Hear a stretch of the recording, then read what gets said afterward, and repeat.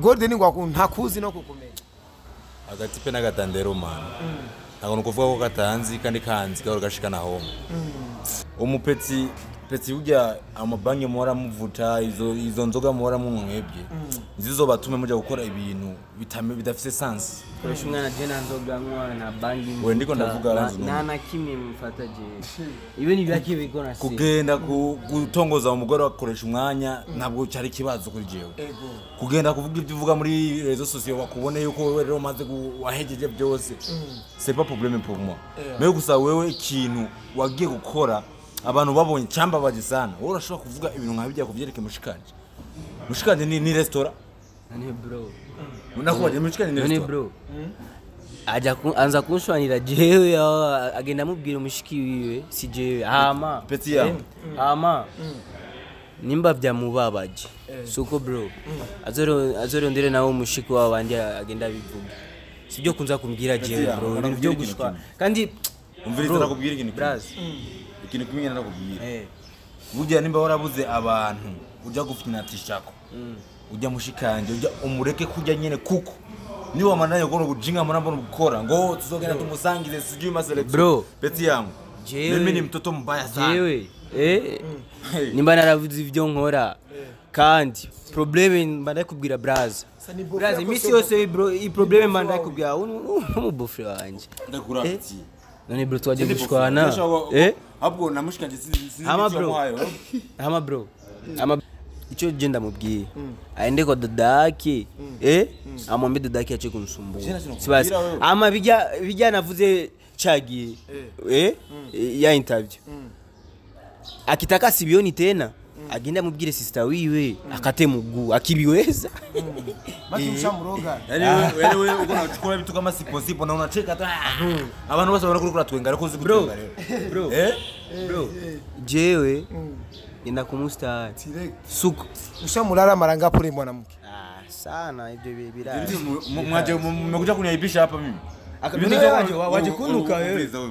mimi waje mukamera kunuka je wewe nabonye tunashwana n'abanyamye guzo wewe turashwanya nakubonye byo gushwana reka man mwaje kubivugira ngaje muramubwira bro je unaona mwili wangu bro na mapenzi tu ibyo gushwana ni hiyo singa hii ni mahaba tu ibyo gushwana sister afisi kibazo kuba yaraje kuri wewe cyangwa ari mityo je singombara dakanu nk'agatandero ibi kwata wambara umengu ni ruga ule wana ruga umusuma ruga mu butere ruga wahe bro aje kuntu wewe biraboneka wewe ko umusuma akibiona ibi atajoka mapenye yuko sana kama mkatazi utamuita nini kama mkatazi dadaki ngiye kumukorera ko kandi bro kama mkatazi uvuze kama mkatazi byo gushwa Jesse nshwa akishwana makama yako bro akishwana makama yako mimi hiyo ataenda mbele ya mategeko Jesse nshwa mubiri wanje so kupigana bro ndio mibanje nakwambia mubiri sana pesa yani hauna tawoga na bofre yako sasa wewe ejo uzamuhira sasa bofre haunijui ushaniandikianga kataka kujibia kubera iki waje gukoshisha umwanya none ibi ndiko ndavuga nje benyane kwa nataka huyu kubera nge ntafuta bingeisha manake mimi ni mjinga kukuja hapa kukushauri so mjinga mimi sijasema kani mjinga lakini alifanya kosa mbele kama je bestaki bro kandi undi musi braz ibyo ndakubwiye gusa mimi nawe tutakuja kufanya kipindi si ndio hivyo mimi nita tufanye kipindi tumalize kipindi nende bro mimi niko napushi msiki wangu toto kwa duhuza je nawe nze kukugira ubujinga wagize bro achana na ubraza achana unamuita nani kawaida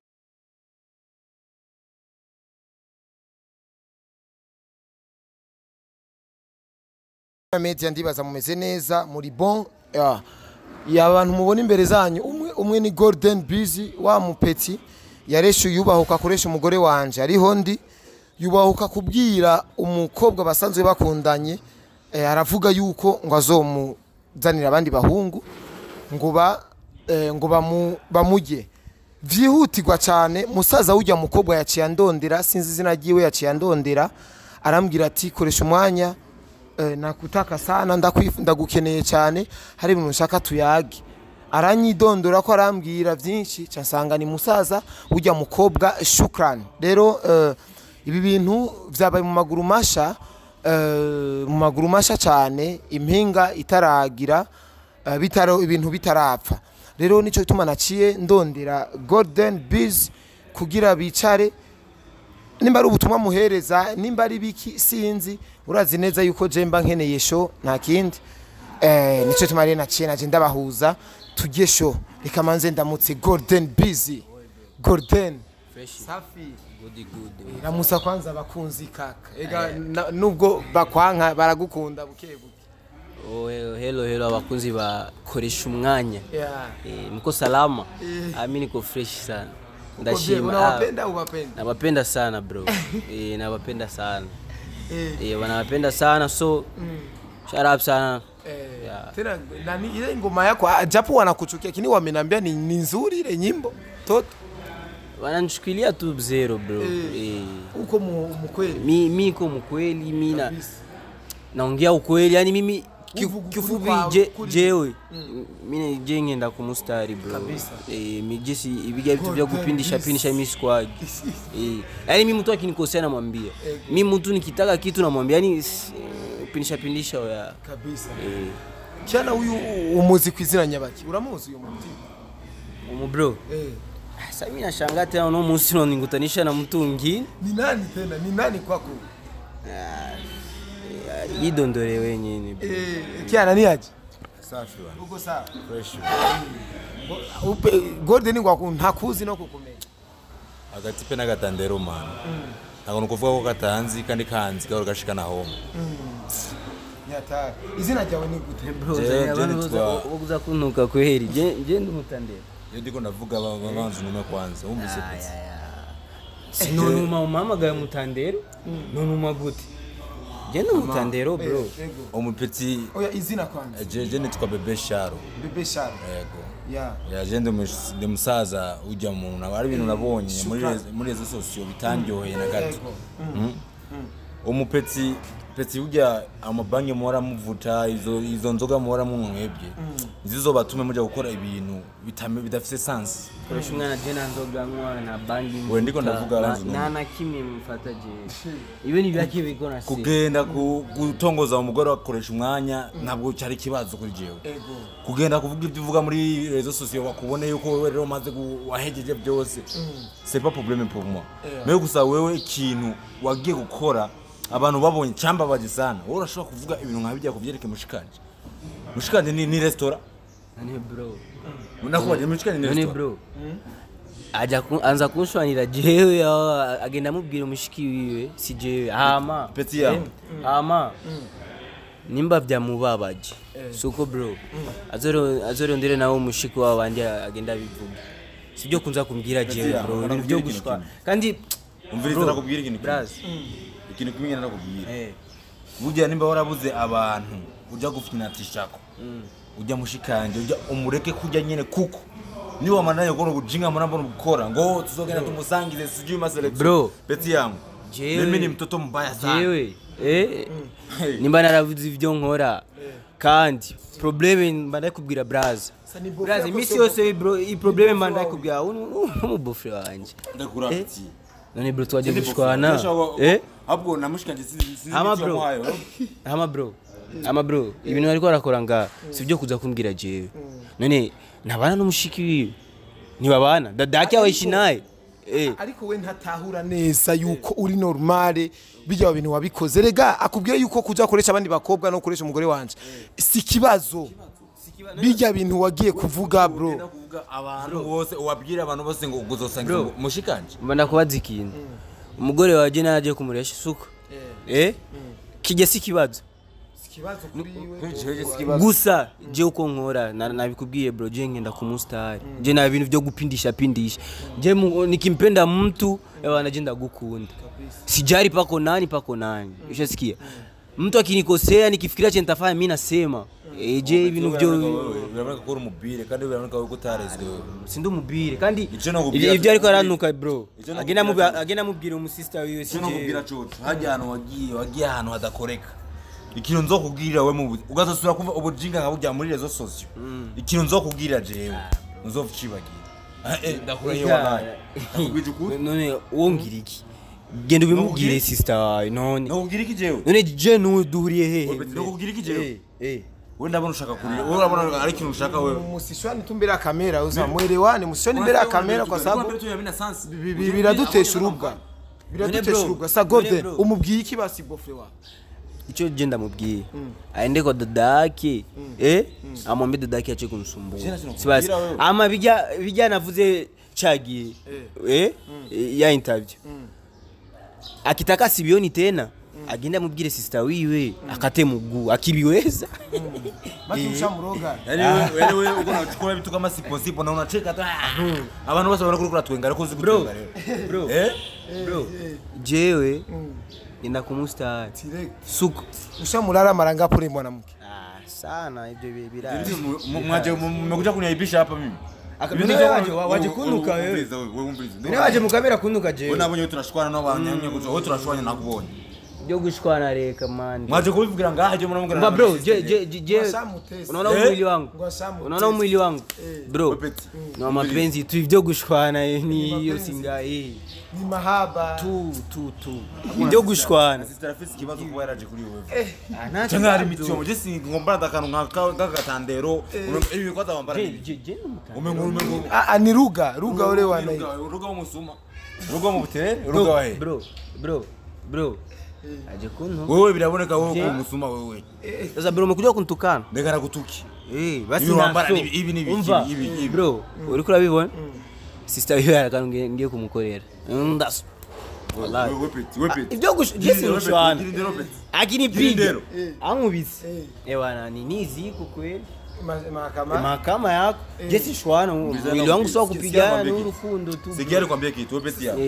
bofre yake ya Golden sindio umuhanu yiki none umubofre wa umuhanu yiki kuko uri umuhungu urakuze agapeti je nibaza karacyari gato mu mutwe ivyo garwa bakora ni kabiri misiko mudogo ico je no kubwira peti yangu ibintu by'urukundo we narabonye wabyingiye mu atabyuzi kandi ubwo busitare bwawe buriko buragutwara ahantu habi ujya mu sister wanje mwavuye kurje ndabibuka kuva kera mwarakundanye sana mwe mugabo ahantu mugeze ubu mugeze aho ushaka kumwaibisha isi yose imenye ko ari maraya ubu niyo maraya ko batango ku mustar none bro ibyo kama alikuwa anabijua kubera iki yajenga yakurondeye wewe je najenga tatizo liko wapi bro je chanza naje kuguhanura wewe ujesikia sasa twachiye hiyo yose miaka sasa nini shida tangu 2014 sawa nta kibazo somba anakuja kumwaibisha mbele ya watu depuis 2014 uko na mtu none mbona amekuja kwa malaya none kubera iki nawe amekufuata wewe hapa kubera iki kama hivi alikuwa anabijua kunitafuta home sibijanye apaki nibijanye ngamvu mvuze byanzaga ku kamera erega we wareheje umugore wanje mu nzu yanje imbere ya kamera suggest mo nigitangaza uyobaje kuri kamera ahubwo jewe yobamaye umva bro ico gituma je mvuga ico nshaka kubera sibo bashaka kuzanga muri kamera ntasoreka mvuge rero kumbe ibingine ibintu bindi tungetafutana home bikaisha sindo hivyo yeye anakuja ajenga pawe nini habiki wongiri iki mimi nimekuja hapa kwa sababu wewe wabitangulie nganyene iyo bitangulira home na kubeleza home na kingine Golden ibi anafanya hapa mimi nadhani utapata nguvu za kufa bile bile ulisemaga ngo bya selection nukuri nzo namwica peti yangu umvirize none hachimi nimba mwaramenyere utsikia nimba mwaramenyere ingeso zo mu buterere ujya munsi ya home kujya narakubwiye gute wa munsi none hachimi singaye nije minjo nabijua kama yarahaje cyangwa byarabaye cyangwa ibyabaye gusa ico ngiye kumbwira mu brass aende amkataze dada yakikubali ni fresh naso umva gukunda na sister wanje navyo ndiko nakwangira mbwa apana kumtangaza watu wote wabijue je nkora ni vie privé yanyu wewe na mpenzi wako bro ico nkora je je sindu musazi bro je mfise ubwenge urumva chambere ujya mukobwa amekuwa demo wangu si ndio hivyo sasa je nini amekuja hapa kwa kamera chagiye kubera iki yaraje ngaha kubera ibyo mukorera hama rega we ntiyatahura yuko ari vya vyari zingo ni michezo